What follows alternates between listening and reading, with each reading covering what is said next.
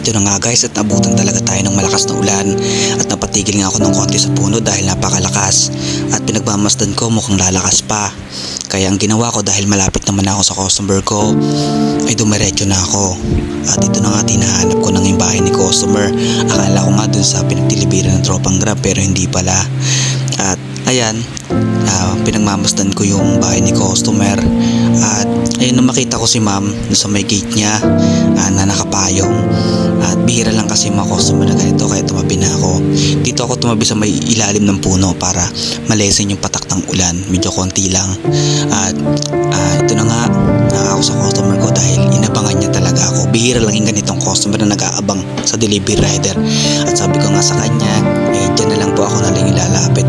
Pero ang ginawa ni ma'am, siya pa talaga yung lumapit sa akin at humingi siya ng pasensya. Sabi niya sa akin, kuya pasensya na, hindi ko naman alam na uulan ng malakas dahil mainit naman talaga yung panahon nung umorder siya. Pero natagal lang ako ng konti sa merchant at inabutan na ng malakas na ulan dito sa location niya.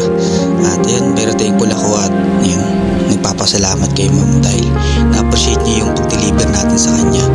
At humingi pa nga siya ng pasensya pero kahit wala siyang kasalanan. Diba? So may mga ganong customer talaga. At one time nga narinig ko pa sa customer ko, sa ibang customer ko na ganun man yung sitwasyon namin. Natutuwa sila dahil napoprovide namin yung pangangailangan nila. Nagiging kasangkapan kami sa mga bagay na halimbawa na hindi na nila kayang gawin. Nandito kami mga delivery rider para mag-provide para sa kanila nun. Kaya one time nun, nag-deliver ako sa isang customer ko din na natuwa talaga ako. Matandang babae. Sabi niya, kuya, okay lang yan kuya.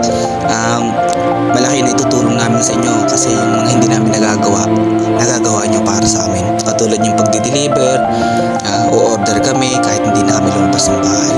So ayun, bihira lang yung mga ganong customer kaya natuwa talaga ako.